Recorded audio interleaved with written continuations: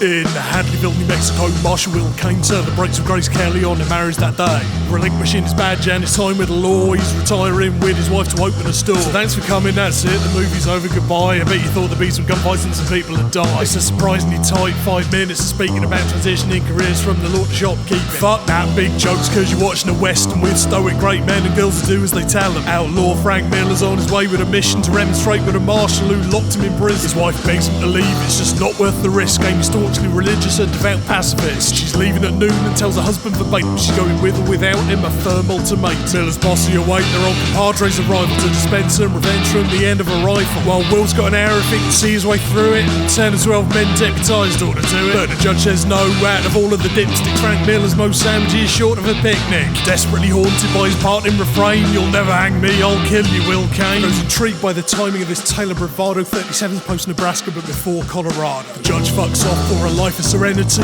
Buddies like this does Will leave and lead enemies. Deputy arrives the dude's dad, Lloyd Bridges, but his conduct's unbecoming over deputy's bridges. Says he'll only help in return for a promotion, and as a tantrum starts off and Will dismisses the notion. Hoping to impede Miller's predilection for felonies, Will heads into town to commissions of deputy. He tries local bar but it's crammed full of jerks. In search of a posse, Will heads off to the church. There's lots of righteous debate, they can't agree with each other. Godly words are one thing but godly deeds are another. Jimmy offers to help but lacks binocular vision and is unsteady on his feet, so unfit for the mission. Resigned to his fate, Will writes his last will and testament, standing alone as the town's only crime-fighting delegate. Miller and his gang nosy in from the station, but their criminal pursuits give away their location. Will ganks Miller's brother and Lee Van Cleef. Further fire puts the marshal right back on the street.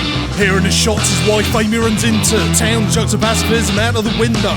Taking a hostage without consent or compliance, Miller gets what he deserves, the law's correctional violence. The town gathers round the upright man they're rebuffed, but Will ditches his badge and rides off in disgust. And well done, there's American exceptionalism, manifest destiny, locked and loaded with jizz. Behind nudes about the cowards who stood around dumbly as the blackness ran its right to right out of his country. Taking aim at John Wayne as a pompous buffoon, Alice fishing the barrel more can full of tune, but not bowing to blowhards and flirting with fascists, giving nothing changed the nudes an all too relevant classic.